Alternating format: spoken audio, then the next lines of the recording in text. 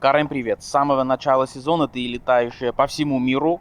В твоем случае Гонконг, Мельбурн, Роттердам, Доха, Дубай и скоро в США. Есть такого, что начало сезона действительно самые напряженные? Да нет, почему самое напряженное? Если брать даже тот год, у меня было примерно такое же расписание, только вместо Роттердама я играл Марсель. Поэтому всегда зависит, конечно, от того, как начнешь. То есть, например, хорошо бы сыграл Гонконг, там, не знаю, выиграл бы и прошел бы дальше в Австралии, я просто, может быть, не играл бы Роттердам, например, играл бы просто Доху, Дубай. То есть всегда зависит, поэтому в начале года делаешь изначальные планы, а потом всегда можешь их подкорректировать, что-то убрать, что-то добавить, то есть уже смотришь по самочувствию, по тому, как, не знаю, физически себя чувствуешь и, соответственно, какие матчи были.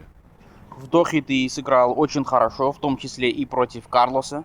Расскажи нам, пожалуйста, об этом матче. Правда, нет, очень обидно, конечно, что проиграл в любом случае, но я, как сказать, в душе и в глубине я осознаю полностью, что я показал как бы топовый уровень, и в конце концов, наверное, это одно из самых главных, так скажем, доказательств себе, потому что ты понимаешь, что значит ты в хорошей форме, уверенность есть, то есть ты набираешь обороты, и просто хочется, наверное, зная то, что вот мой максимум, да, там уровень, он там есть, то есть дальше уже, можно сказать, чуть больше, наверное, и более стабильно играть, например, может быть, даже на среднем уровне, поднять вот этот средний уровень, планку, чтобы другие матчи как бы проходить и, в принципе, если говорить проще, регулярно и более часто показывать этот уровень, в общем.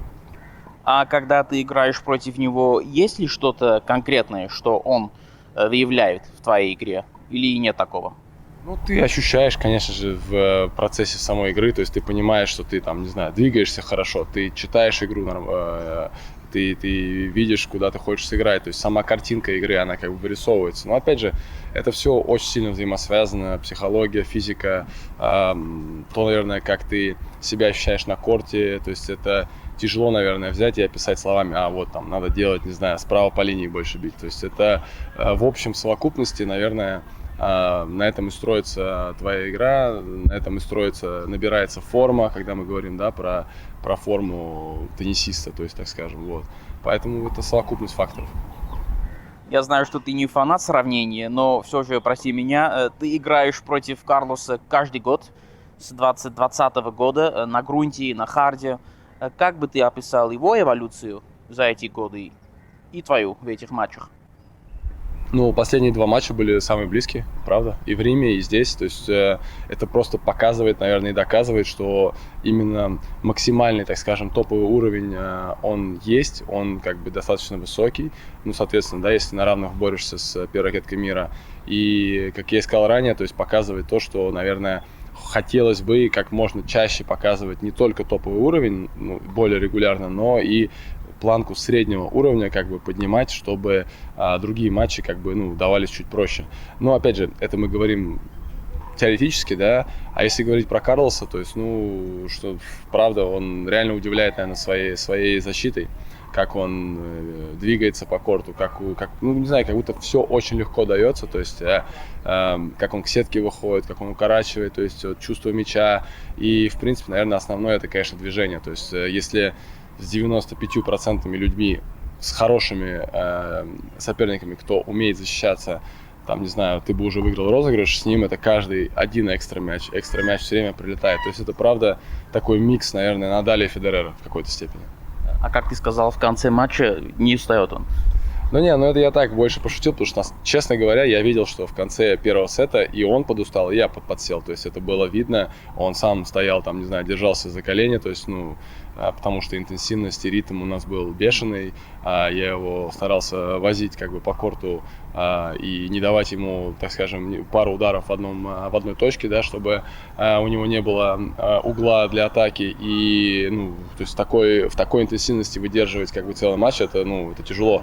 И я видел, что он подустал, но потом после матча казалось, как бы, что я чуть-чуть подсел побольше, поэтому я как бы решил, так скажем, над ним чуть-чуть пошутить и спросить, да, он когда-нибудь устает, потому что, по сути, пока что в этом году не проиграл матч. Последний вопрос. Это твое 10-е подряд участие в Дубае, что, конечно, логично в твоем случае, но ты ни разу не пропускал ни одного года. Для тех, кто не очень хорошо знаком с этим турниром, почему тебе здесь так нравится?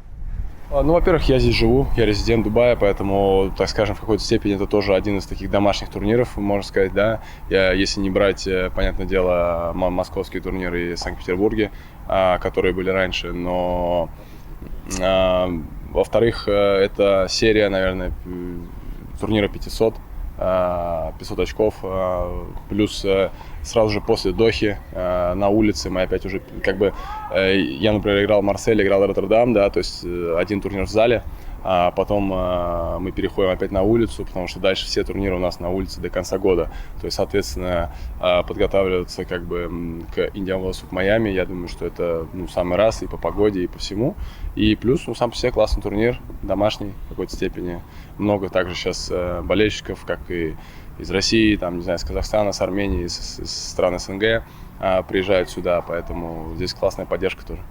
Супер, удачи. Спасибо.